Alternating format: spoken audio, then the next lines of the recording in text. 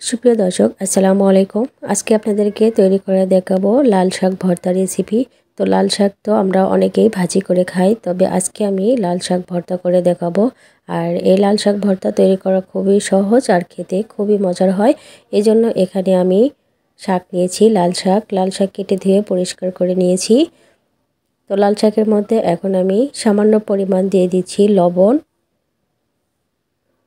তো লবণটা দিয়ে ঢাকনা দিয়ে ঢেকে লাল শাকগুলোকে আমি সিদ্ধ করে নেব। কিছুক্ষণ পর দেখবেন লাল শাকগুলো থেকে কিন্তু পানিটা ছেড়ে দিয়েছে। আর এই পানিটা আমি শুকিয়ে আসা পর্যন্ত লাল শাকগুলো সিদ্ধ করে নেব। আর এই পানিটা দিয়ে কিন্তু লাল শাকটা একদম সিদ্ধ হয়ে যাবে। আমি কিন্তু এক্সট্রা কোনো পানি দেইনি। তো দেখতে পাচ্ছেন লাল শাক থেকে কিন্তু পানিটা ছেড়ে দিয়েছে। এই পানিটা শুকিয়ে আসা পর্যন্ত এখন আমি রান্না করে নেব। তো আমি আবারও ঢাকনা দিয়ে ঢেকে সিদ্ধ করতে দিলাম।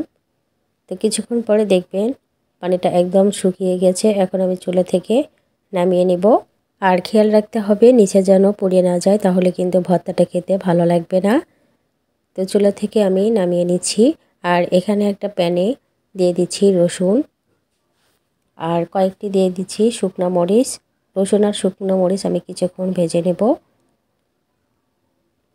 তো ভেজে নেওয়া হয়ে গেলে এখন আমি উঠিয়ে নিচ্ছি। তো এখানে আমি সামান্য পরিমাণ লবণ দিলাম। তো শাকের মধ্যে যেহেতু লবণ দিয়েছি, তো খেয়াল রাখবেন লবণটা যেন বেশি না হয়। তো এখন আমি মরিচগুলোকে ক্রাশ করে নিচ্ছি। দিয়ে রসুনটাও আমি এভাবে ভেঙে নিচ্ছি।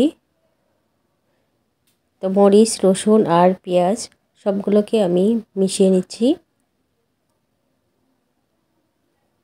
তো মাখিয়ে নেওয়া হয়ে গেলে এখানে আমি পরিমাণ মতো দিয়ে দিলাম সরিষার তেল। আর যে শাকটা আমি সিদ্ধ করে রেখেছিলাম সেই শাকটা আমি দিয়ে দিচ্ছি। তো শাকটা দিয়ে মরিচের সাথে ভালো করে মাখিয়ে নিতে হবে।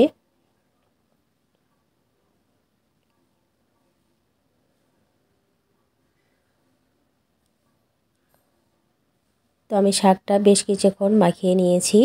মাখিয়ে নেওয়া হয়ে গেলে ভর্তাটা আমার রেডি। তো আমি একটা সার্ভিং ডিশে নিয়ে নিচ্ছি। আর দেখতে পাচ্ছেন কতটা লোভনীয় লাগছে। আর এই ভর্তাটি কিন্তু আপনি এক প্লেট ভাত নিমেষেই খেতে পারবেন। খেতে কিন্তু খুবই মজার হয়, একবার হলেও ট্রাই করবেন।